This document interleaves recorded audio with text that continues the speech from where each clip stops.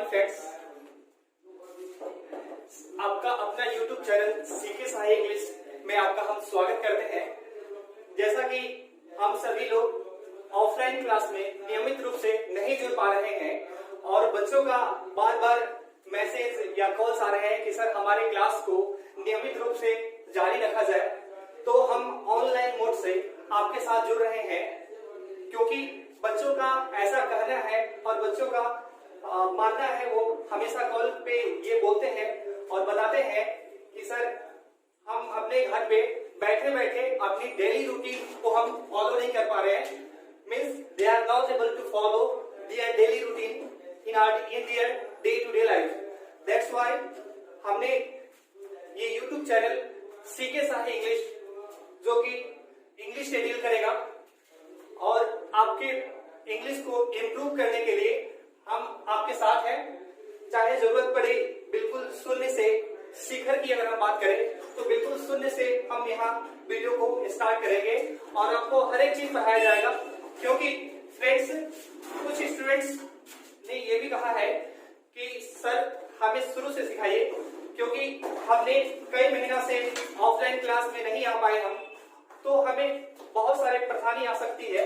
तो इन सब बातों को ध्यान में रखते हुए ये क्लास जो हमारा ये जो सेशन हमारा है, इसको हम बिल्कुल बेसिक से स्टार्ट करेंगे। So again I would like to welcome one and all students and my dear friend on this सीके साही English YouTube channel. So friends, without taking much of your time friends, we are going to start with the very beginning of this lesson. So दोस्तों, बिना ज्यादा वक्त लिए हुए start करते हैं यहाँ से वीडियो। और आज हम पढ़ेंगे इंग्लिश की सारी कॉन्सेप्ट, इंग्लिश क्या है, इस लैंग्वेज की जरूरत हमें क्या पड़ी, इसके फंडामेंटल्स क्या है, इन सारी चीजों को बातों को ध्यान रखेंगे। और याद रखिएगा कि ये क्लास आपका कितना इंपॉर्टेंट सेशन है, जो कि इंग्लिश के लिए, इंग्लिश को सीखने में आपका जो इंटरेस्ट है या इंग्लिश में बहुत सारे आपको डाउट होंगे, वो डाउट आपके क्लियर हो जाएंगे। सो दोस्तों शुरू करते हैं। सो दोस्तों, आप सभी से मैं पूछना चाहता हूँ कि इंग्लिश क्या है? What is English? या tell me, what is English?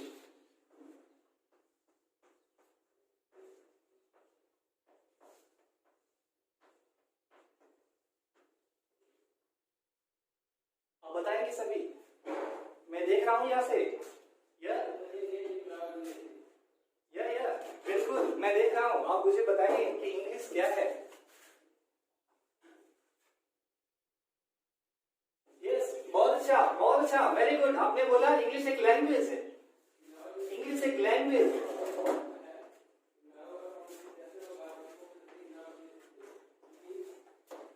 Sir language, आपने बोला इंग्लिश एक लैंग्वेज है। यहाँ पे हम कुछ और चीज आपके पॉइंट्स में और कुछ जोड़ना चाहता हूँ। I would like to add some point also, that is it is English is not only language but it is also an international language. Why it is international language? Because it is spoken in the entire part of the world. एक ऐसी भाषा जो दुनिया की किसी भी कोने में बोली जाती है, इसीलिए इसे हम अंतरराष्ट्रीय भाषा के नाम से जानते हैं। और इस अंतरराष्ट्रीय भाषा को आपने बोला कि सर ये एक इंग्लिश है, वो एक लैंग्वेज है। Very good. सर आप लैंग्वेज से क्या समझते हैं? जब लैंग्वेज नहीं था, जब भाषा नहीं था, तो हम काम को कैसे कर पाते थे? क्या दैनिक जीवन में बिना लैंग्वेज के हम काम नहीं कर पाते थे? लैंग्वेज के इतिहास को अगर देखें, अगर लैंग्वेज को, हिस्ट्री को अगर आप देखेंगे, तो जब लैंग्वेज नहीं था तो लोग कैसे काम कर रहे होंगे? बताएंगे? या बिल्कुल सही बोला आपने, इशारों में। Very good. आपने बोला सर लैंग्वेज जब नहीं था तो हम इशारों में बातें करते थे, लेकिन इशारों में जब बात करते थे तो लैंग्वेज की जरूरत क्यों पड़ी? चाहे वो कोई भी लैंग्वेज हो, either it is Hindi language, English language, Sanskrit language, Urdu language और एनी लैंग्वेज वी हैव, हमें जरूरत क्यों पड़ी किसी लैंग्वेज की? स्टूडेंट्स, तो आपने बोला कि हम इशारों में बात करते थे। बिल्कुल, इशारों में यकीनन हम इसको, बिल्कुल आपकी बातों से हम सहमत हैं कि इशारों में बात करते थे, लेकिन अगर इशारों में बात करते थे तो सारी बातों को हम इशारों में एक्सप्रेस नहीं कर पाए। We we are not able to express each and every emotion that we have. We cannot say express everything in indications और इशारा में सभी चीज को आप नहीं समझ सकते हैं. Very good. तो मान लो इशारा क्यों नहीं समझ सकते थे, इसके दो लिमिटेशंस है. दो लिमिटेशंस जो कि आपको समझना बहुत ही जरूरी है. सबसे पहला, ठीक है, आपने बोला ये कम इन, यस, या गो, या. अब बहुत सारे इशारे करते हैं. This is also, yes, this is yes, this is no. ये सारे इशारों में, पहले में ऐसी जब लैंग्वेज नहीं था तो हम इशारों में ही बात करते थे. लेकिन मान लीजिए कि अभी इशारों की एक सबसे बड़ी लिमिटेशन ये है कि सबसे पहले पर्सन विजुअल होना चाहिए. मान लीजिए यहां पर मैं विजुअल हूं, ये बिल्कुल आई एम विजुअल हियर. लेकिन अगर हम विजुअल नहीं है तो आप इशारों में बात करते रह जाएंगे और सामने वाला समझ नहीं पाएगा. या मान लीजिए कि नहीं सर विजुअल नहीं होगा तो हम लाइट लगा देंगे, दिन में ही बात करेंगे, रात में बात नहीं करेंगे. या ऐसा अगर आप लोग बोलते हैं तो मान लीजिए इस दीवार के उस साइड, इस दीवार के उस साइड कोई व्यक्ति खड़ा है या उस साइड कोई व्यक्ति है और ये वॉल है इस साइड, तो इस साइड दूसरे साइड हम इशारे करते रहे और वो हमें देख नहीं पाया. इशारे हम करते रहे, बाहर वाले हमें देख नहीं पाए. और यही से इसी लिमिटेशंस को देखते हुए हमें एक लैंग्वेज की जरूरत पड़ी. चलिए स्टार्ट करते हैं. और चूंकि भारत एक विविधताओं का देश है जहां पे अनेक धर्म के लोग, अनेक भाषाएं बोली जाती है और जो जिस कल्चर को फॉलो करते हैं, ट्रेडिशन को, कल्चर को फॉलो करते हैं, उन्होंने अपने भाषा को अपने उसी तरह आगे बढ़ाया. और आज हम उसी के लिए इंटरनेशनल लैंग्वेज जो कि इंग्लिश है, इसके बारे में हम बात करने जा रहे हैं. चलिए, ये थी हमारी हिस्ट्री इंग्लिश का. तो आपने बोला सर, तो आपने बोला कि पहचान, इंग्लिश की पहचान, किसी लैंग्वेज की पहचान कैसे होगी? तो किसी लैंग्वेज की पहचान डियर फ्रेंड्स साउंड से होगी. मैंने क्या लिखा है यहाँ पे? साउंड. किसी भी भाषा की पहचान उसके साउंड से होगी. या मैं आपके सामने अभी कुछ साउंड अलग अलग यूज करूंगा. इससे पहले क्या आते हैं इंग्लिश में? सर इंग्लिश में कितने साउंड है? क्या बोला आपने? 26. No, not 26. थोड़ा ये देख रहा हूं आपको मैं, बिल्कुल आप 26 बोल रहे हैं ना? नहीं, देखेंगे यहाँ पे हमारे पास इंग्लिश लैंग्वेज में 44 साउंड्स है. How many sounds are there in English language? There are 44 sounds. 44 sound है हमारे पास सर. 44, yes 44. और हमारे पास 26 पे क्या है? तो 26 हमारे पास लेटर है. हमने बोला 26 लेटर है. इस लेटर को हम पढ़ेंगे जो कि लेटर्स का नंबर कितना है? 26. अगर इस लेटर्स को, संख्या को देखेंगे तो ये 26 होता है. इस 26 लेटर का साउंड 44 होता है. ठीक है ना? जिसे अलग अलग, इसे वॉवेल्स, कॉन्सोनेंट्स, सेमीवॉल्स, इन सब चीजों में हम आगे बढ़ेंगे. ठीक है सर. तो आपने बोला कि साउंड से कैसे पहचान करेंगे, किसी भी लैंग्वेज को आप साउंड से कैसे पहचान करेंगे. तो चलिए आपके सामने एक बहुत ही साधारण एग्जांपल जो आप डे टू डे लाइफ में या अक्सर आपने बोर्ड एग्जाम्स में भी इन चीजों को पढ़ा होगा. तो दोस्तों शुरू करते हैं. मैंने बोला तुम कहां जा रहे हो, तुम कहां जा रहे हो या आप कहां जा रहे हो.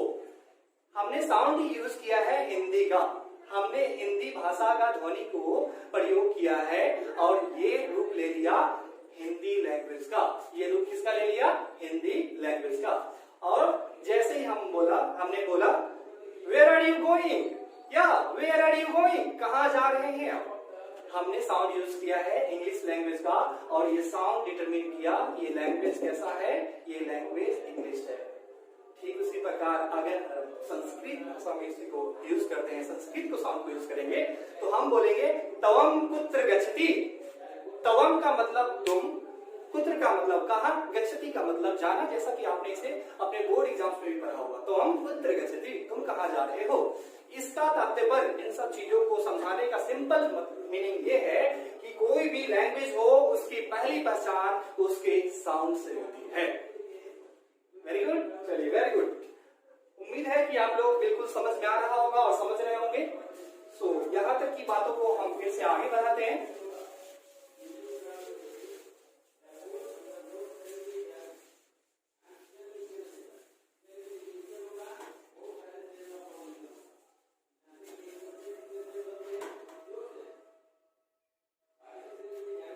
यहाँ पे सबसे पहले हम समझेंगे एक subject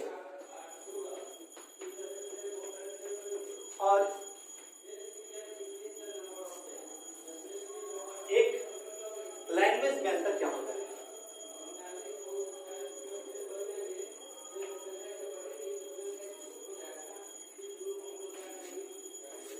We are going to discuss about what is the difference between subject and language। जैसे हमने लैंग्वेज को मैंने लिखा यहाँ पे हिंदी,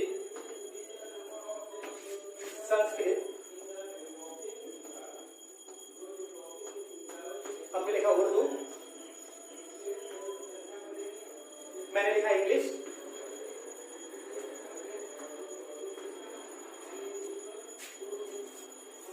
मैंने लिखा मैथमेटिक्स,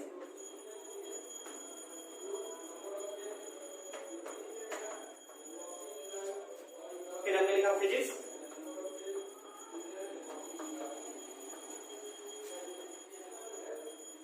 हमने लिखा केमिस्ट्री, हमने लिखा बायोलॉजी,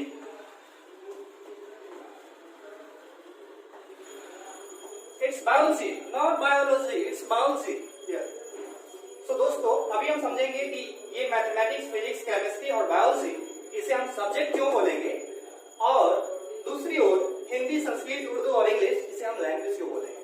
हमें ये समझना पड़ेगा कि लैंग्वेज और सब्जेक्ट में बुनियादी फर्क क्या होता है। What are the basic difference between a language and a subject, right. So we are going to differentiate the difference between language and subject. तो आप बोलेंगे सबसे पहले हमने अभी आपको बताया कि लैंग्वेज होने के लिए पहला क्राइटेरिया ये है कि लैंग्वेज का सबसे पहला पहचान उसके साउंड से होता है। इससे होता है सबसे पहला पहचान उसके साउंड से होता है, नंबर 1। पॉइंट नंबर 2, किसी भी लैंग्वेज की उसकी अपनी ग्रामर होती है। सर ग्रामर का मतलब क्या समझते हैं, what is grammar? Yes sir, हम किसी भी हिंदी ग्रामर हो या संस्कृत ग्रामर हो या उर्दू ग्रामर हो, किसी हर भाषा में ग्रामर होती है। हम अब इंग्लिश ग्रामर की बात कर रहे हैं। सो ग्रामर क्या है, व्याकरण क्या है? जैसा कि आपने बचपन में पढ़ा कि जो हमें शुद्ध लिखना, शुद्ध बोलना, शुद्ध पढ़ना सिखाता हो भाषा को, उसे हम ग्रामर कहते हैं। Very good. सो इसको हम अपने प्रायोगिक रूप में अपने डे टू डे लाइफ में कैसे से समझ सकते हैं सर? ग्रामर, जो चीज सही है, सही को सही देखना, सही को सही बोलना और सही को सही समझाना ही ग्रामर। अर्थात जो सही है उस सही को सही मानना ही ग्रामर। ऐसा नहीं, ग्रामर का कॉन्सेप्ट सिर्फ हमारे सिलेबस तक सिमट कर नहीं रह जाता, बल्कि ये हमारे डे टू डे लाइफ तक, जब तक आप अपने लाइफ को जब तक अपनी आखिरी पल को आप ऑक्सीजन को ले रहे होंगे, अपनी लाइफ को सर्वाइवल के लिए आप जीवन को जी रहे हैं, तब तक आपको जीवन में ग्रामर की जरूरत पड़ेगी। कहते हैं कि ग्रामर, जो चीज सही है उसको सही देखना, सही सीखना, सही समझना, सही बोलना। अर्थात अगर जीवन को बेहतर बनाने हैं तो हमारे लाइफ की ग्रामर बहुत ही अच्छी होनी चाहिए। या डेफिनेटली इस ग्रामर को फॉलो, अगर इस ग्रामर हमारी अच्छी हो जाती है तो लाइफ में ऑटोमेटिक आपकी ग्रामर अच्छे हो जाएंगे। बिकॉज हमें वो चीज हमें बचपन से आज तक सिखाया गया कि नहीं, ये चीजें आपको करनी चाहिए, ये चीजें आपको नहीं करना चाहिए। जैसा आपके पेरेंट्स या आपके अंकल या आपके सीनियर्स या आपके टीचर्स ये आपको सिखाया कि ये चीज हमें करना चाहिए, या इसी को लैंग्वेज में हमने एक एथिक्स या मोरल वैल्यूज करके चैप्टर में भी इसे इंक्लूड किया। शास्त्र में, या आप ये बोलिए कि सिलेबस में भी, एकेडमिक सिलेबस में भी मोरल वैल्यूज के नाम से दिया गया है। अर्थात ग्रामर, जो चीज सही है, सही को सही के रूप में ही देखना ग्रामर कहलाता है। अब जैसे क्या सर मैथमेटिक्स में ग्रामर नहीं है क्या? ऐसा नहीं है कि सर लैंग्वेज में ही सिर्फ ग्रामर हो सकते हैं। क्या मैथमेटिक्स में ग्रामर है? चलिए हम एनालिसिस करेंगे, विश्लेषण करेंगे कि क्या ग्रामर मैथमेटिक्स में भी होती है क्या? तो चलिए मैथमेटिक्स की बात करेंगे। Here we are talking about mathematics.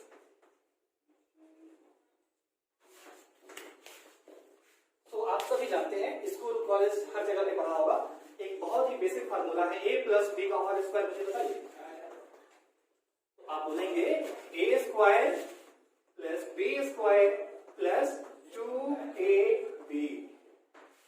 Yes, right, very good, बहुत अच्छा, बिल्कुल सही बोला आपने। a square plus 2ab। Sir क्या हम यहां पर भी कोई ग्रामर को फॉलो कर रहे हैं?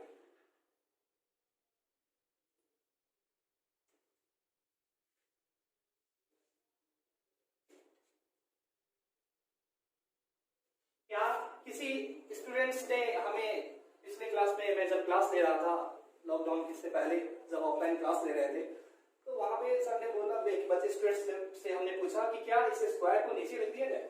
अगर नीचे लिख देंगे तो कोई फर्क पड़ेगा क्या? क्या फर्क पड़ता है? ऊपर लिखो या नीचे लिखो, लेफ्ट में लिखो या राइट में लिखो, बहुत ज्यादा फर्क तो नहीं पड़ेगा ना। तो चलिए क्या फर्क पड़ेगा, यही ग्रामर है, इसी ग्रामर को समझते हैं। तो सर हम इसको क्या हम ऐसे लिख पाएंगे, a प्लस बी का ये जो होल स्क्वायर ऊपर है, ये स्क्वायर ऊपर है, क्या इसको नीचे लिख सकते हैं? क्या इसको हम लिख सकते हैं a square plus b square plus 2ab? क्या लिख पाएंगे? किसी ने बोला नहीं सर यहाँ पे भी अच्छा नहीं लग रहा है, ये ऊपर भी अच्छा नहीं लगता है, नीचे भी अच्छा नहीं लग रहा है, तो कहाँ अच्छा लग रहा है?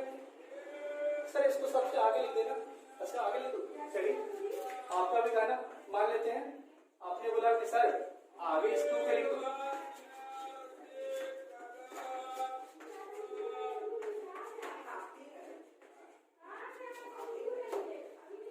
इसे ग्रामर में कहीं से, ये तो आपको पता है कि ये इनवैलिड है। वैलिड सिर्फ यही है कि a प्लस बी का whole square equal to a square plus b square plus 2ab, जैसा कि आपने बचपन से पढ़ा है, और वही चीज वैलिड है। ये इनवैलिड है, अर्थात इसे मैथमेटिक्स में हम कैसे लिखेंगे, इसे हमें लिखना पड़ेगा ग्रामेटिकली। अगर हम इसे लिखना चाहे तो हमें लिखना पड़ेगा a प्लस बी, ये स्क्वायर जो कि नीचे है, ये not equals to a square plus b square plus 2ab है। सिमिलरली ये भी आप नहीं लिख पाएंगे, क्योंकि अगर आप LHS और RHS लेफ्ट हैंड साइड और राइट हैंड साइड को अगर आप देखेंगे तो ये हो जाएगा 2a plus 2b not equals to a square plus b square plus 2ab। This implies that not equals to. यही तो ग्रामर है। हमको अब अगर मान लीजिए हमें ग्रामर की जरूरत क्यों पड़ी, यहाँ से आप बिल्कुल क्रिस्टल और क्लियर कर लीजिएगा चीजों को, क्योंकि डाउट छोटी से छोटी परेशानी होती है ना, किसी चीज को छोटा नहीं समझना है। जैसा कि आप अभी अनुभव कर रहे हैं, कोई भी चीज छोटा नहीं होता है, छोटी चीज से ही बहुत बड़ी बड़ी परेशानी या प्रॉब्लम का जो इंट्रोडक्शन होता है वहीं से होती है। तो देखिए सर यहाँ पर अभी हमने देखा कि ऐसा हम इसीलिए नहीं लिख सकते क्योंकि ग्रामेरियन, जैसे ग्रामर को जो बनाया, ग्रामेरियन को जो ड्राफ्ट किया, और उसे हमने ग्रामेरियन के नाम से जाना जाता है, या ग्रामर को जो बनाते हैं, ग्रामर पर जो काम करते हैं, उस पर डीप एनालिसिस या रिसर्च करते हैं, उसे हम ग्रामेरियन करते हैं। ठीक उसी प्रकार मैथमेटिक्स के ऊपर जो रिसर्च करते हैं, काम करते हैं, नए थ्योरम्स को या नए चीजों को, नए एनालिसिस को ऐड करते हैं या उस पर रिसर्च करते हैं, उसे हम मैथमेटिशियन कहते हैं। Right, very good. So grammarian का मानना है कि अगर हम भाषा में ग्रामर को नहीं रखेंगे, ग्रामर का इंट्रोडक्शन अगर नहीं होता, तो मैं आपके सामने 2 सेंटेंस लिखता हूं, आप मुझे बताइएगा। मैंने लिखा वह जा रहा है, वह जा रही है।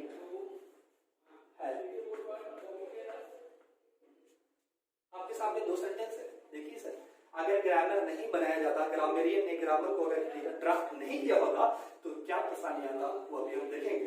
वह जा रहा है, we are talking about a specific gender, means we are pointing about masculine gender, means we are going to talk about he, not she. Yeah, so वह जा रहा है, he is going। कहां जा रहा है, चलिए वो भी देख रहे हैं। He is going, वह जा रही है, तो क्या लिखेंगे, she is going। Very good. We are talking about feminine gender, that's why we are using here she। और यही एक बेसिक डिफरेंस देखेंगे कि यहाँ ही हमने लिखा और यहाँ पे हमने सी लिखा, और वही आप हिंदी को में देखेंगे तो इसमें दोनों वही है, और इंग्लिश में आपने इसे बेसिक डिफरेंस में देखा कि मैस्कुलाइन जेंडर के लिए हम बात करेंगे तो हम ही का प्रयोग करते हैं, फेमिनाइन के लिए हम सी का प्रयोग करते हैं। यही यूटिलाइजेशन हमारे ग्रामर का है। इसी सेंटेंस को हम थोड़ा बदल दें,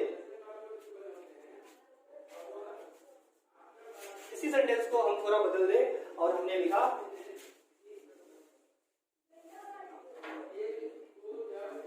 वह पटना जा रहा है।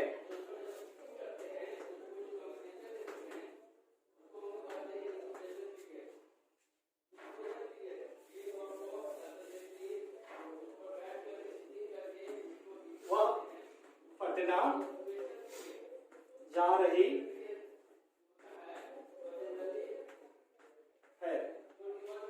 हम फिर क्या बोलेंगे? बेसिक सिमिलरली वैसा ही चलेगा, क्योंकि जाने का जो काम है वो कंटिन्यूअस स्टेट में है। किस स्टेट में है? कंटिन्यूअस स्टेट में है। स्टूडेंट्स, मैं बता दूं, जिस प्रकार मैटर्स के 3 स्टेट्स होते हैं, there are 3 states of matter, that is solid, liquid and gas. Similarly action के 4 स्टेट होते हैं। बेसिक 2 ही स्टेट होते हैं, एक डेफिनिट, दूसरा इनडेफिनिट, और इन दोनों स्टेट से बना perfect and perfect continuous. Yes, continuous state, perfect state, perfect continuous और इंडेफिनिट, ये एक्शन के अलग अलग 4 स्टेट होते हैं। जिस प्रकार पदार्थ के 3 मैटर के 3 स्टेट्स होते हैं, सॉलिड, लिक्विड, गैस, वैसे ही लैंग्वेज बहुत ही साइंटिफिक है। अगर आप इसे लॉजिकली आप समझेंगे तो ये आपके लिए बहुत ही आसान होगा। तो इसको बनाते हैं, ये स्टेट ऑफ एक्शन कैसा है? जाने का काम अभी हो रहा है, we are talking about. Okay, so वह जा रहा है, ही इज गोइंग। कहां जा रहा है? पटना जा रहा है। तो पटना उसका डेस्टिनेशन है, और डेस्टिनेशन के लिए हम प्रेपोजिशन टू का यूज करते हैं। देखिए, ये फाइनल डेस्टिनेशन वो पटना जा रहा है। पटना की ओर अगर जाता कि उसका फाइनल डेस्टिनेशन नहीं है, तो वहां टुवर्ड्स भी हम यूज कर सकते थे कि वह पटना की ओर जा रहा है, तो हम बोलते ही इज गोइंग टुवर्ड्स पटना। लेकिन हमें एग्जैक्टली पता है कि वह जा रहा है, पटना जा रहा है, he is going to Patna. ठीक उसी प्रकार वह पटना जा रही है, तो सी इज गोइंग टू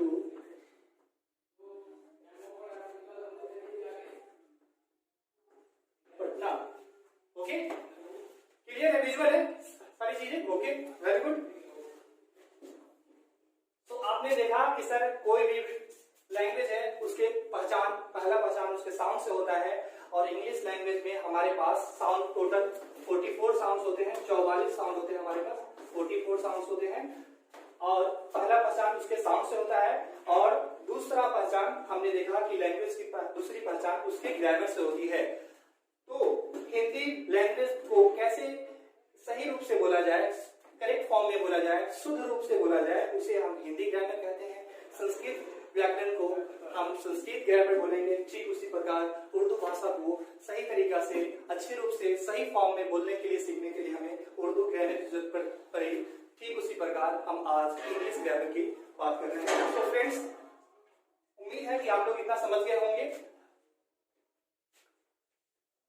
तो ग्रामर हर जगह होता है सर। तो आपने बोला कि यहाँ पे मैथमेटिक्स में तो ग्रामर है, मैथमेटिक्स में ग्रामर है, जैसा कि आपने अभी देखा। यस, ग्रामर को हम मैथमेटिक्स में भी फॉलो करते हैं। इसका मतलब ये तो हम नहीं कहते कि मैथमेटिक्स एक लैंग्वेज है, बिल्कुल नहीं। क्योंकि हमने सबसे पहला कंडीशन भाषा का क्या बताया? सबसे पहला कंडीशन, सबसे पहला शर्त, किसी भाषा को भाषा बनने के लिए उसे उसका अपना साउंड को रिप्रेजेंट करना है, और उसे बोली जाती हो। याद रखिएगा, साउंड को बोली जाती है। क्या मैथमेटिक्स में आप दुकान पे कभी गए और आपने बोला कि हमें 6x square plus 6x plus 6 equal to 0, ये इक्वेशन को सॉल्व कीजिए, और जो भी सॉल्यूशन आता है ना सर, उतना ही ग्राम चीनी दे देना, उतना ही ग्राम हमें चीनी देना। नहीं सर, क्योंकि आप मैथमेटिक्स को, साउंड मैथमेटिक्स को आप डे टू डे लाइफ में आप बोल नहीं पाते हैं, या बेसिक यहाँ से हम कभी इनकार नहीं कर सकते हैं कि मैथमेटिक्स जीवन को आसान बनाता है। बिल्कुल, क्योंकि जीवन में बहुत सारे कैलकुलेशंस मैथमेटिक्स से ही होता है। लेकिन एक भाषा, इसे हम भाषा के रूप में यूज नहीं करते हैं। मैथमेटिक्स को फिजिक्स को भी नहीं करते, केमिस्ट्री को भी नहीं करते, बायोलॉजी को भी नहीं करते, क्योंकि याद रखिए ग्रामर हर एक जगह होती है। ग्रामर का मतलब सिर्फ और सिर्फ मतलब है कि जो सही है उसको सही समझना, सही बोलना और सही पढ़ना, अर्थात जो सही है उसको सही समझना ही ग्रामर है।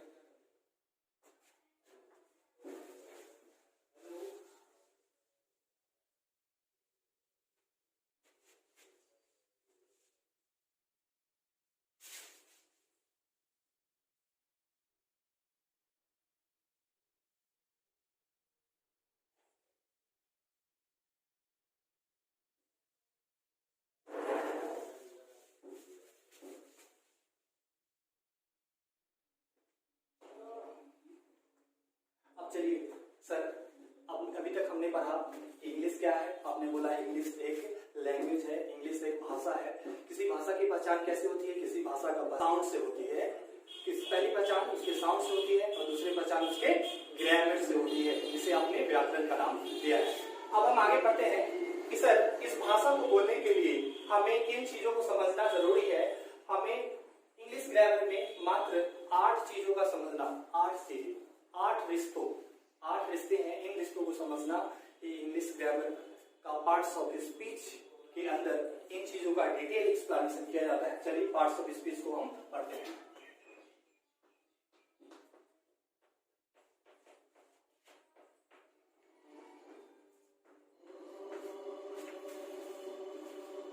सर सबसे पहले हम ये जानना चाहेंगे कि पार्ट्स ऑफ स्पीच को पार्ट्स ऑफ स्पीच क्यों बोलते हैं। इससे पहले कुछ बेसिक चीजों को जानना बहुत जरूरी है, क्योंकि हम चाहते हैं कि सर आप चीजों को समझे, याद नहीं करेंगे, क्योंकि हम भूलेंगे तभी जब हम याद करेंगे। जब आप समझेंगे ना तो भूलने का स्कोप ही नहीं होगा, राइट। तो चलिए हम सीखते हैं सबसे छोटी चीजें। तब हम पार्ट्स ऑफ स्पीच को सीखेंगे ना तो आप बहुत ही आसानी से समझ जाएंगे और आपको कुछ भी याद करने की जरूरत इस वीडियो के बाद नहीं पड़ेगी, राइट। तो चलिए लिखते हैं व्हाट इज लेटर।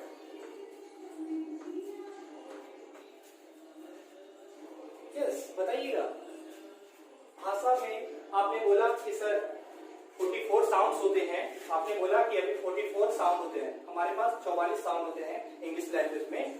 तो लेटर क्या होता है? तो लेटर के बारे में आपने पढ़ा होगा। आपसे अगर मैं पूछूं कि परमाणु क्या होता है, what is atom, what is atom, तो आप बोलिएगा it is the smallest particle, right. It is the tiny particles, सबसे छोटे पार्टिकल्स होते हैं। सबसे पदार्थ के जो सबसे सूक्ष्मतम कण होते हैं, सबसे छोटे कण होते हैं, उसे आप क्या बोलते हैं? क्या बोलते हैं? Part of the speech. उसे आपने एटम से साइंस में बोला था ना, वेरी गुड। लेकिन इसे याद रखिएगा, भाषा में जो सबसे छोटी यूनिट होती है, भाषा की जो सबसे छोटी इकाई होती है, उसे हम क्या बोलते हैं? लेटर बोलते हैं। क्योंकि भाषा में सबसे छोटी यूनिट लेटर ही है, इससे छोटी यूनिट कुछ भी नहीं हो सकती। यस, जैसा कि आपने मैथमेटिक्स में ही पढ़ा था, या unitary system, once, tense, 100, 1000, 10,000, lakhs, 10 lakhs पढ़ा था आपने, वेरी गुड। ठीक उसी प्रकार आप इंग्लिश में भी बहुत ज्यादा डिफरेंट नहीं है, बिल्कुल साइंटिफिक यूज ही। लिंग्विस्टिक क्या है? What is linguistic?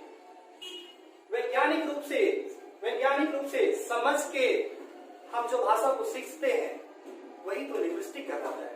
तो विज्ञान को जरूर यूज करेंगे। इससे कोई फर्क नहीं पड़ता कि आपने विज्ञान से पढ़ाई किया या ना किया।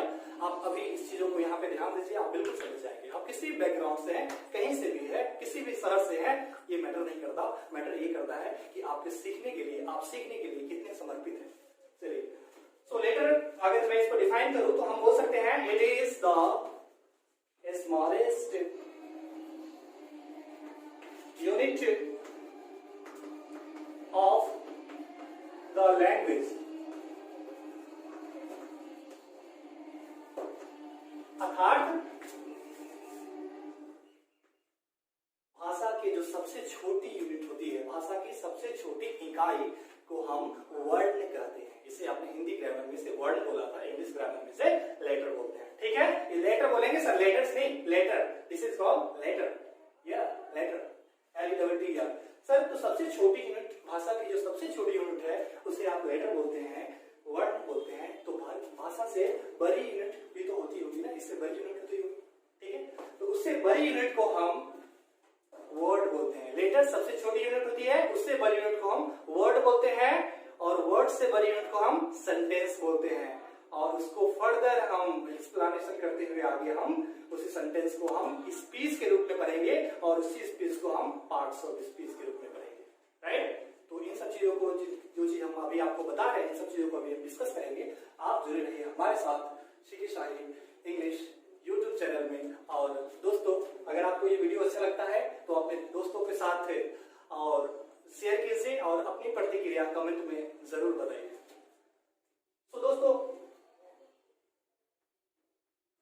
हमने बोला कि भाषा की सबसे छोटी यूनिट लेटर होते हैं, और लेटर से बड़ी यूनिट हमारे वर्ड। वर्ड का मतलब शब्द, या हिंदी ग्रामर में हम इसे शब्द बोलते हैं। तो शब्द क्या होता है?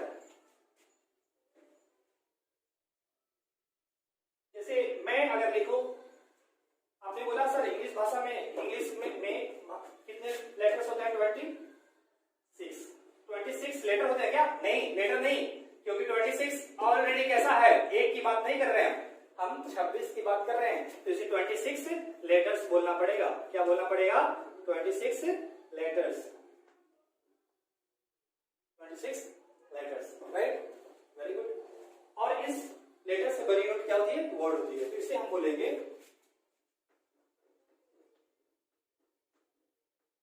Group of letters, group of letters, group of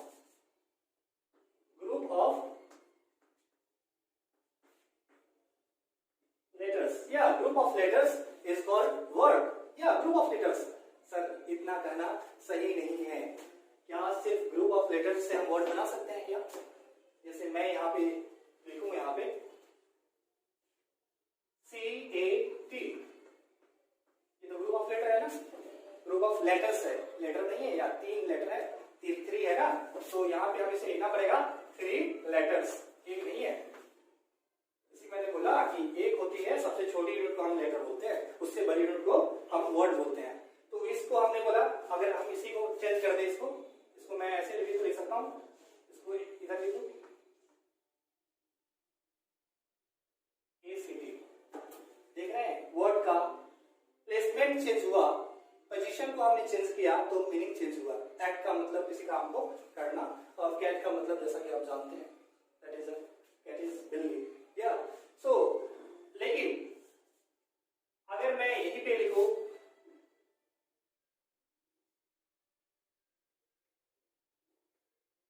Tom, TOM, या टॉम, ये कहीं पे नाम हो, ये हो सकता है ये नाउन है, ये नाउन है, या टॉम, अब ये नाउन है। अब मैं यहीं पे बोला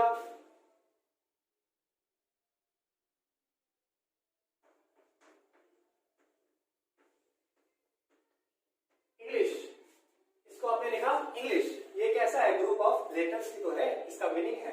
लेकिन मैं अगर इसको ऐसे कर दूं HSILGNE,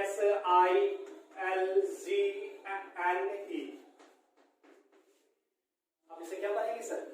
क्या आप इसे लेटर बोलेंगे? तो ये बात ध्यान रखिएगा कि सिर्फ ग्रुप ऑफ लेटर्स नहीं, लेकिन इसका मीनिंग जो ना होना बहुत जरूरी है, अर्थ होना चाहिए, क्योंकि अर्थ नहीं तो अनर्थ हो जाता है, अर्थ तो होना ही चाहिए। वेरी गुड, तो हमें लिखना पड़ेगा meaningful group of letters, meaningful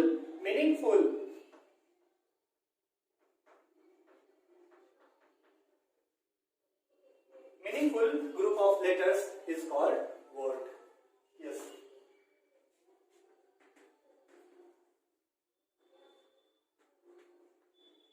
तो अभी हमने पढ़ा लेटर से बड़ी यूनिट क्या होती है? वर्ड होती है, और वर्ड से बड़ी यूनिट क्या होती है? सेंटेंस होती है। तो अब हम आ चुके हैं सेंटेंस पे।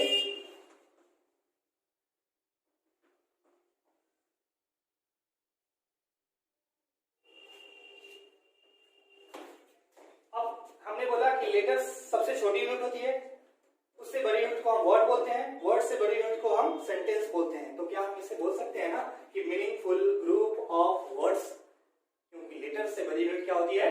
वर्ड्स होती है ना, तो हमें लिखना पड़ेगा मीनिंगफुल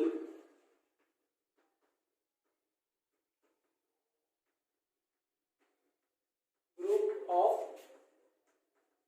वर्ड्स, वर्ड्स लिखना पड़ेगा, वर्ड नहीं वर्ड्स, क्योंकि सेंटेंस जो बनेगा, वाक्य बनेगा, वो एक सिर्फ एक वर्ड से नहीं बन पाएगा, बहुत सारे वर्ड्स मिलकर एक सेंटेंस बनते हैं ना। तो meaningful group of words is called sentence, ठीक है। और अब हम आ चुके हैं इन चीजों को समझने के लिए। सर एक चीज आप एक बार और रिवीजन कर लेते हैं, भाषा की सबसे छोटी यूनिट को हम लेटर बोलते हैं, it is the smallest unit of the language. Letter से बड़ी यूनिट को हम वर्ड बोलते हैं, जिसका मीनिंग हो, ठीक है। और वर्ड के जो समूह होते हैं, बहुत सारे वर्ड्स मिलते हैं और उनका जिनका मीनिंग हो, उन वर्ड्स का मीनिंग हो, तो वो मीनिंगफुल ग्रुप ऑफ वर्ड्स, उसे हम सेंटेंस बोलते हैं। और इसी सेंटेंस से आगे हम बढ़ेंगे कि sir parts of speech. Sir तो यहाँ पे स्पीच का मतलब क्या है? What do you mean by speech? और याद रखिएगा स्पीच का मतलब कुछ नहीं बल्कि स्पीच का मतलब सेंटेंस ही होता है। स्पीच का मतलब सेंटेंस होता है। हाँ, आपके मन में हो सकता है डाउट आ रहा हो कि सर अगर इसको सेंटेंस बोल सकते हैं तो इसका नाम पार्ट्स ऑफ स्पीच क्यों रखा गया? इसका नाम तो हम पार्ट्स ऑफ सेंटेंस भी रखते थे, पार्ट्स ऑफ सेंटेंस भी रख सकते थे। तो स्पीच का मतलब आप अभी तक दो मतलब एक मतलब जान रहे थे कि स्पीच का मतलब भाषण होता है। बिल्कुल भाषण होता है, लेकिन आपने गौर किया होगा तो भाषण कैसे बनता है? मुझे बताइए, भाषण कैसे बनता है? ऐसा तो नहीं है ना कि आपने आया आपने बोला कि my name is Rahul, my speech is over. हो गया सर? मेरा नाम राहुल है, मेरा स्पीच खत्म हो गया। ऐसा बोल सकते हैं? नहीं, बिल्कुल नहीं बोल पाएंगे, क्योंकि ये मात्र दो सेंटेंस हमने बोला है, दो सेंटेंस को बोला है। और जब हम सेंटेंस को ग्रुप को एक स्पीच और सेंटेंस में एक माइनर सा धागे इतना पतला अंतर ये है कि group of sentences is called speech. Group of sentences is called speech. और बहुत सारे sentences को हम एक साथ जब बोलने लगते हैं तो आप एक स्पीच को फॉर्म करते हैं और आप स्पीच देते हो किसी को। इसी स्पीच को बेहतर करने के लिए इन सब चीजों को समझ पा रहे हैं और इसीलिए इसका नाम पार्ट्स ऑफ स्पीच दिया गया है, राइट? सो इसको मैं मिटा रहा हूं क्योंकि पार्ट्स ऑफ स्पीच को हम पढ़ेंगे।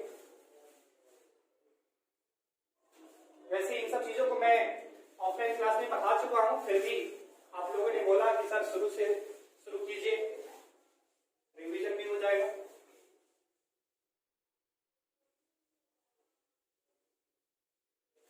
आप लोग अपना धैर्य बनाए रखिएगा, क्योंकि चीजों को बेहतर बनाने के लिए समय देना पड़ता है। बिना समय दिए शॉर्टकट्स नहीं होते सर। ये सर 999 रुपया में 99 दिन में इंग्लिश बोलना ये ठीक वैसा ही है कि आप बिल्कुल इस चीजों को अच्छी तरह से समझ सकते हो। किसी भी भाषा को बेहतर बनाने के लिए उसे बोलना पड़ेगा, because speaking comes by speaking. There is only one way that you have to speak. If you are going to speak any language, definitely you will be improving that language. Yeah. चलिए अब समझते हैं parts of speech में। Sir इसका नाम क्या है? Speech का मतलब सेंटेंस है। एक सेंटेंस मैं लिखता हूं आपके सामने।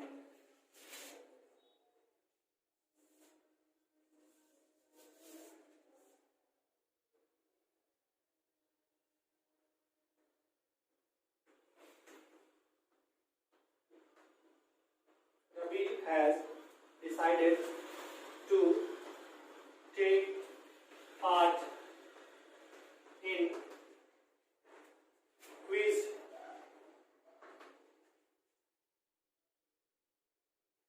छोड़ दीजिए, ये थोड़ा उससे भी आसान ले लेते हैं। इन ग्रुप डिस्कशन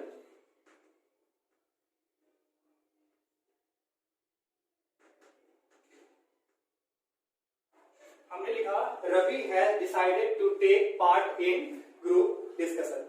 या रवि ने ये निर्णय लिया है कि वो ग्रुप डिस्कशन में भाग लेगा। ठीक है, वेरी गुड। चलिए आप समझते हैं कि सर ये क्या है? आप बोलेंगे ये एक सेंटेंस है। सेंटेंस है, वेरी गुड। सेंटेंस कैसे है?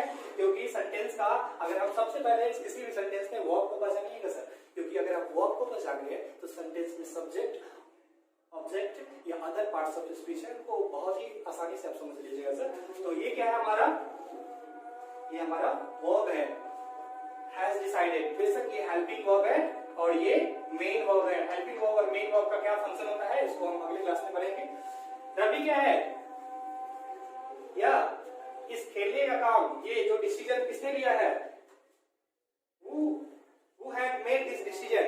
तो आप बोलिएगा सर रवि ने ये डिसीजन लिया है ना। तो सब्जेक्ट वर्ब के ऐसे भी आप याद रख सकते हैं कि वर्ब के ठीक पहले आने वाला क्या होता है सर? वर्ब के ठीक पहले आने वाला सब्जेक्ट होता है, तो वर्ब के ठीक आने वाला बाद ऑब्जेक्ट होता है। इसी को हम इस फॉर्मूला में पढ़ते हैं कि कोई भी सेंटेंस तीन चीजों से बनता है, सब्जेक्ट, वर्ब एंड ऑब्जेक्ट। इसका मतलब वर्ब के ठीक पहले क्या आएगा? नॉर्मली, जनरली, साधारणतः वर्ब के ठीक पहले सब्जेक्ट आता है और वर्ब के बाद ऑब्जेक्ट आता है। अगर ये वर्ब कैसा हो?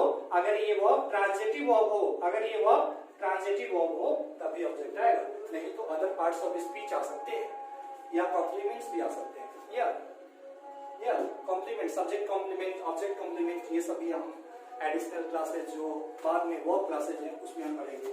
सर ये वर्ब हो गया, वर्ब के बाद ये क्या हो गया सर? सर ये वर्ब हो गया, वर्ब क्या? ये ऑब्जेक्ट हो गया।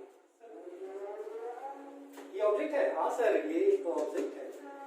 सर तो ये ऑब्जेक्ट बहुत बड़ी लग रही है। यस, कोई बात नहीं है, एक एक करके पढ़ेंगे। अब देखिए ये एक सेंटेंस है, किसी भी सेंटेंस में दो चीज का होना जरूरी है, जो कि सब्जेक्ट, वर्ब और ऑब्जेक्ट, राइट। अब हम आपसे पूछना चाहते हैं कि एक एक वर्ड का हमें रिश्ता बताइए। अभी दो चीज हम आपसे पूछेंगे।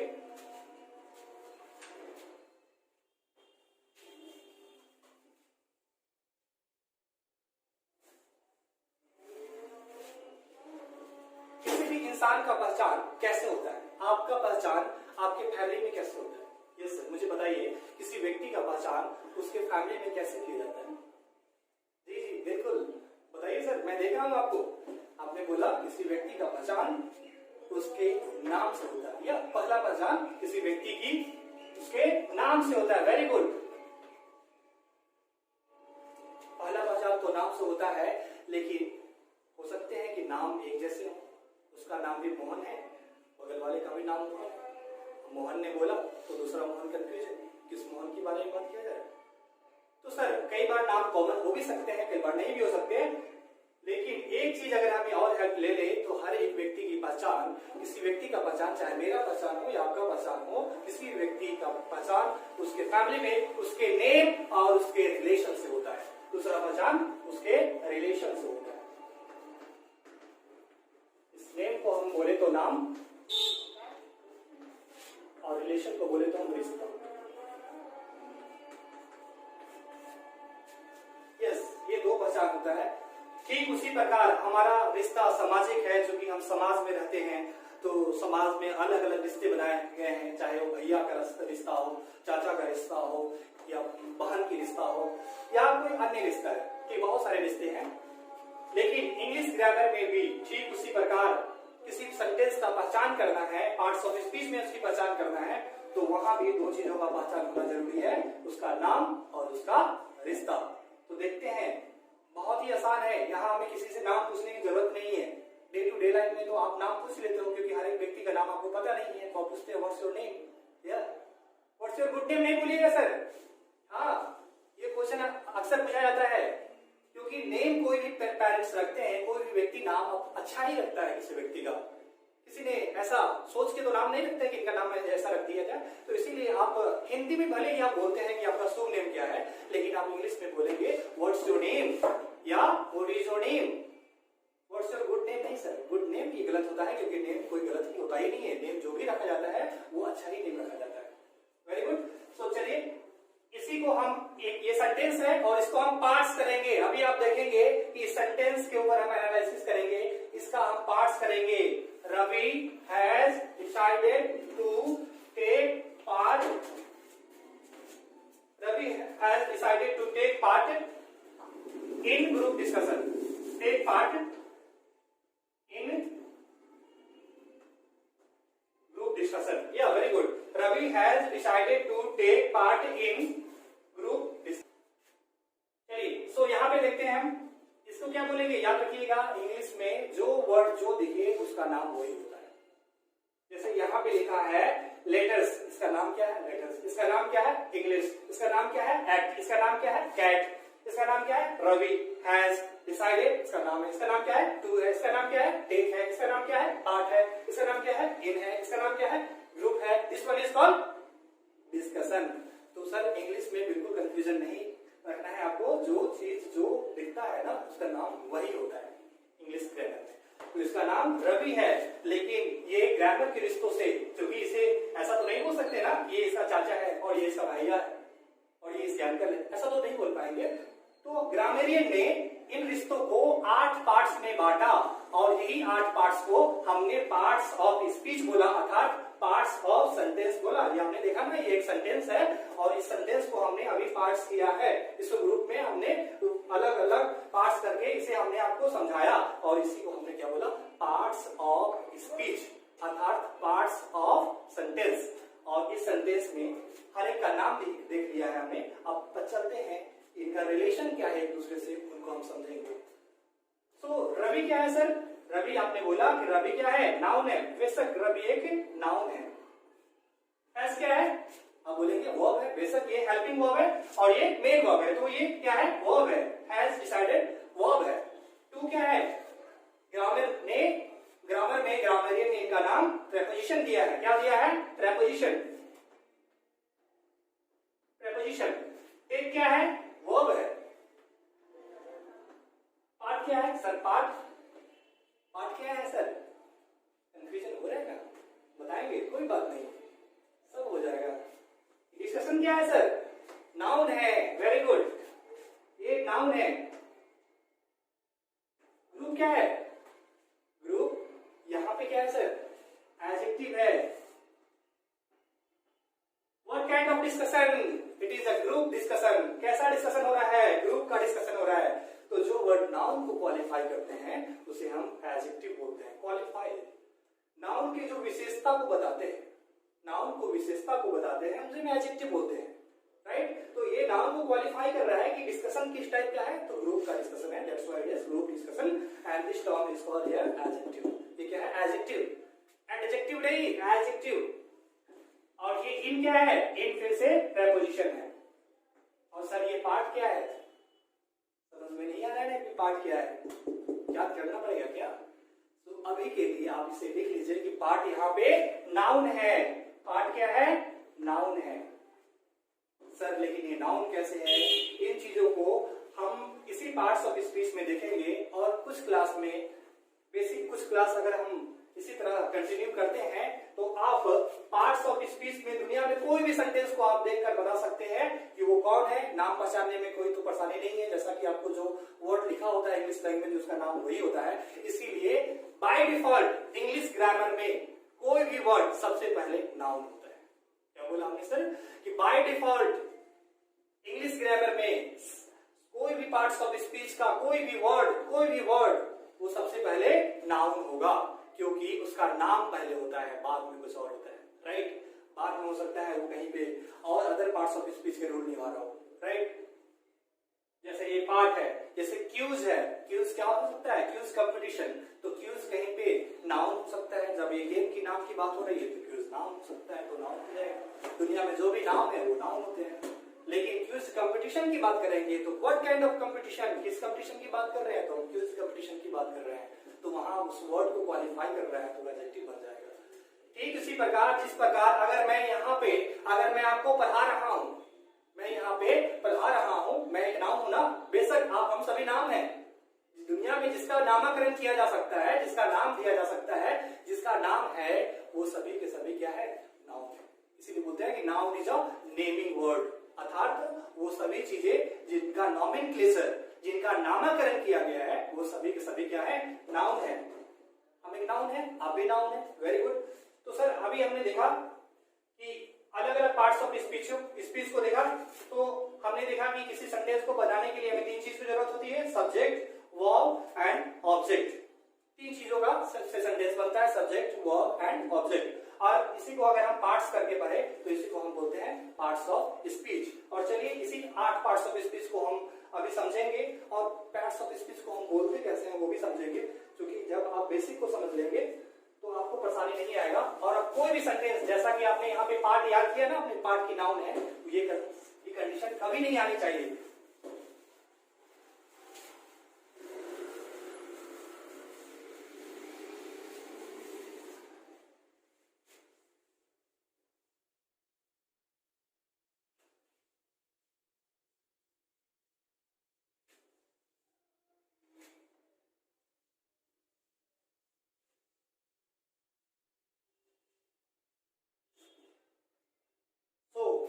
There are 8 parts of speech in English, that is noun, pronoun, adjective, verb,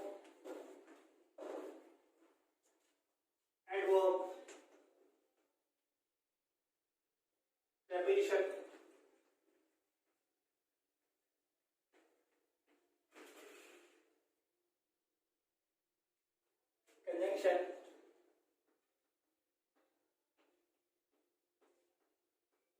interjection,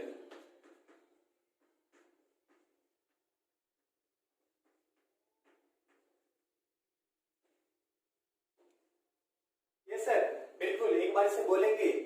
ये जो बोलते हैं, इस बोलने को हम क्या कहते हैं? किसी भी चीज को सही बोलना है, इसे हम बोलेंगे, याद रखिएगा, कुछ ओ का जो साउंड होता है, ओ का साउंड को हम पहचानेंगे। सर आपने बताया ना, अभी हमने पढ़ा था, डिस्कस किया है कि 26 लेटर्स होते हैं इंग्लिश ग्रामर में, लेकिन साउंड 44 होते हैं। 44 साउंड का कई साउंड होगा, एक से ज्यादा साउंड को वो रिप्रोड्यूस कर रहे होंगे एक लेटर, इसीलिए लेटर्स की संख्या 26 ही है, लेकिन साउंड की संख्या ज्यादा हो जाती है, जो कि 44 हो जाती है। तो ओ की देखेंगे तो ओ की, ये तो आप जानती हैं, इसका साउंड ओ होता है, राइट। और आज से याद रखिएगा कि ओ का दूसरा साउंड, चंदा मामा बचपन में पढ़ा था ना, चंदा मामा आजा, यार चंदा मामा बचपन की बातें याद आ रही है क्या? दूसरी बातें, ओ का साउंड ये होता है, और एक ओ होता है, याद रखिएगा। कब ये होगा? जब ये ओ सिंगल हो, अकेला हो। जब डबल ओ एक साथ आ रहा हो तो ये दोनों साउंड नहीं होगा, और वहां पे कोई दूसरा साउंड होगा। जैसे अगर मैं डबल ओ एक साथ लिखूं तो इसका साउंड ना ही ओ होगा, ना ही चंदा मामा की तरह होगा, बल्कि ये ऊ की तरह साउंड करेगा। जैसे मैं यहां पर लिखूं मून, सून, स्पून, आफ्टरनून, ठीक है, बहुत सारे एग्जांपल है। तो आपने बोला मून, यहाँ पर क्या आप बोल सकते हैं? माउन, या माउन, साउंड, साउंड, स्पाउंड, स्पाउंड नहीं बोल सकते ना, बिल्कुल। ये दोनों साउंड को हम यहाँ पे फॉलो नहीं कर पाएंगे। और यहाँ पे जब डबल ओ एक साथ आ रहा है तो इसका साउंड ऊ की तरह होता है, और ये कहलाता है मून, ये कहलाता है सून, और ये क्या कहलाएगा? स्पून। और किसी भी लैंग्वेज में उससे बोलना, इंग्लिश लैंग्वेज में सही रूप में बोलना, उसको हम क्या बोलते हैं? क्या बोला सर? प्रोनाउंसिएशन या प्रोनाउंसिएशन, प्रोनाउंसिएशन या प्रोनाउंसिएशन। या सर तो इसका प्रोनाउंसिएशन हम देख लेते हैं कि प्रोनाउंसिएशन या प्रोनाउंसिएशन क्या सही होता है, हम उस पर बात करेंगे। तो सर इसका प्रोनाउंसिएशन क्या सही होता है? प्रोनाउंसिएशन, चलिए इस चीज को हम कॉन्सेप्ट को क्लियर ही कर लेते हैं। यहाँ पर दो चीज हमने लिखा,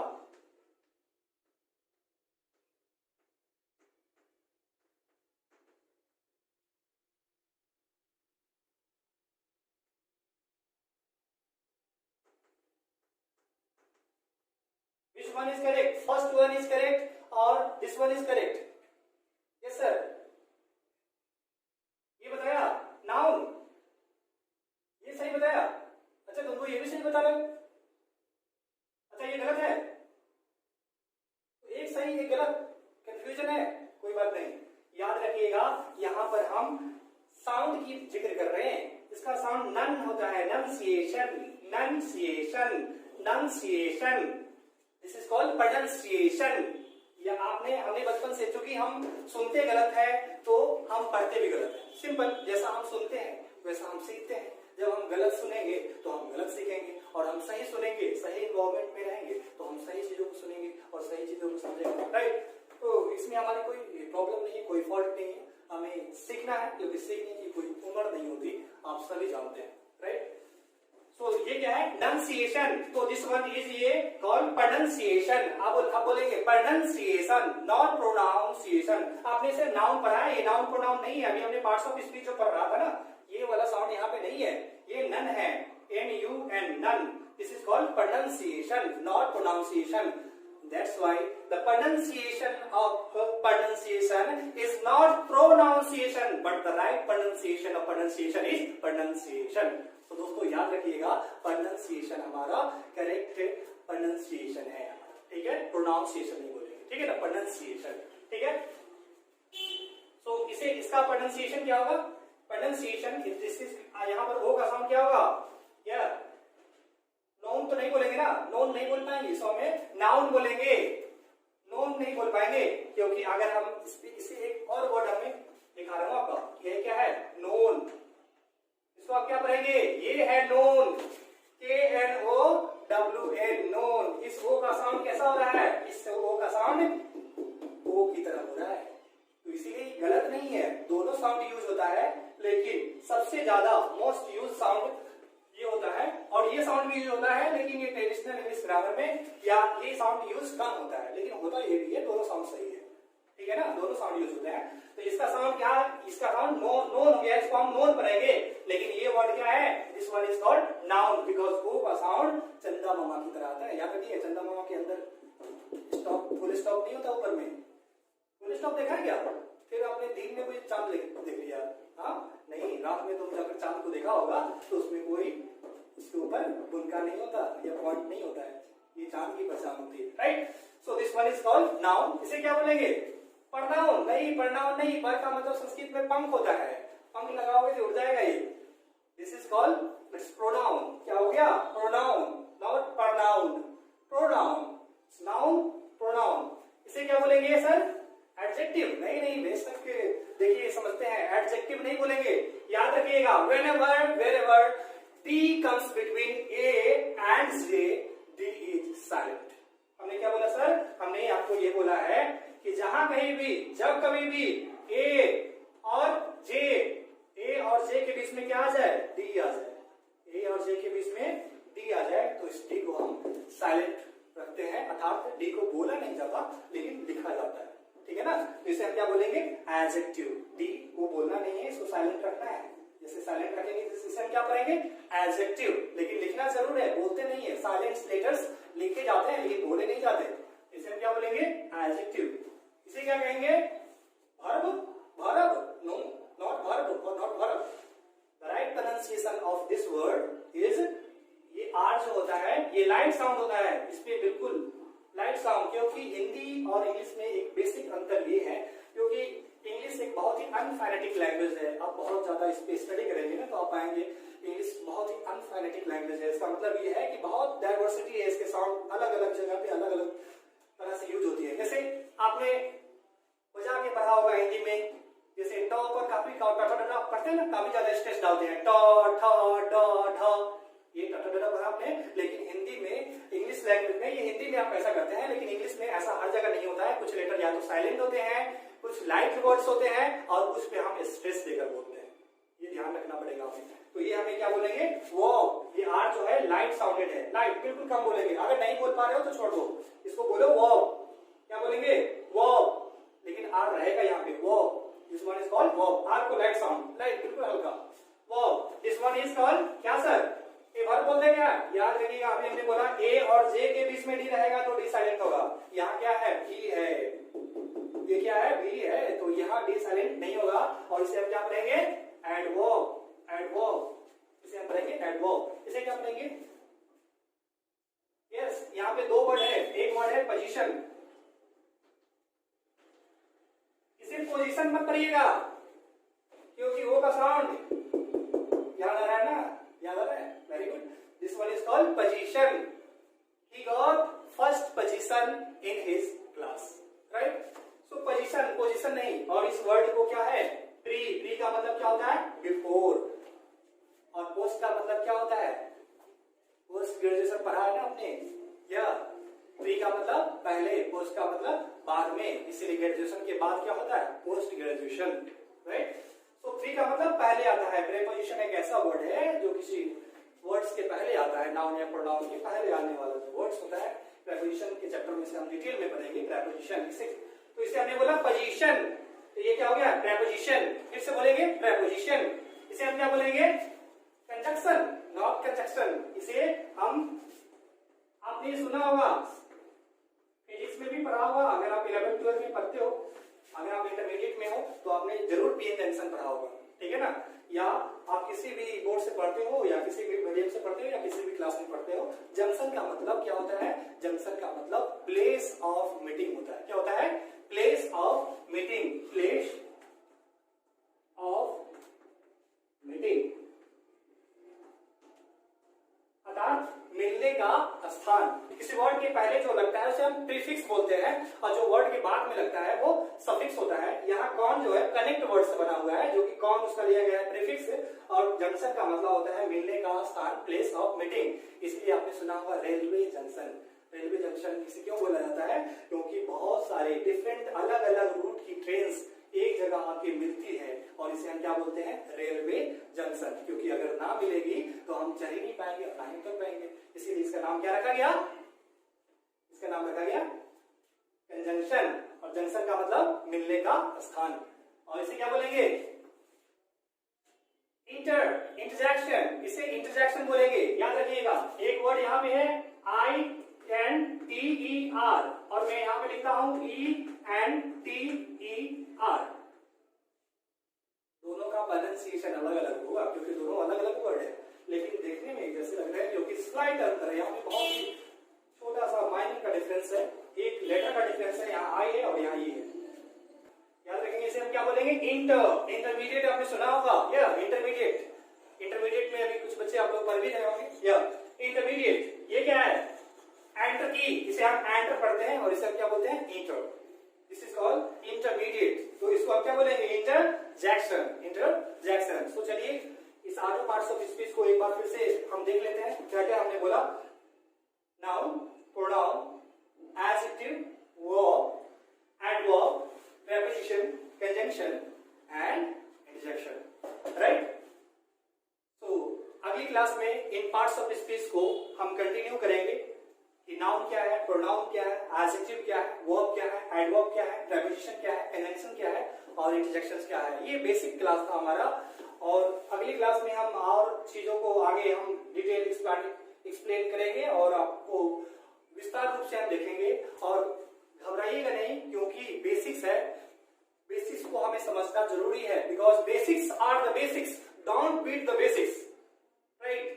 छोटी चीजों, कभी भी कितना भी छोटी चीजें हैं उसे छोटा नहीं समझना है हमें, क्योंकि छोटी छोटी चीजें अगर हमारी क्लियर है ना तो कभी भी बड़ा प्रॉब्लम हमें क्रिएट नहीं होता हमारे सामने में। हम बड़े प्रॉब्लम को भी बहुत ही जल्द सॉल्व कर लेते हैं। और अगले क्लास में हम इन चीजों को और आगे फर्दर पढ़ेंगे। चलिए, सो टेक केयर एवरीबॉडी।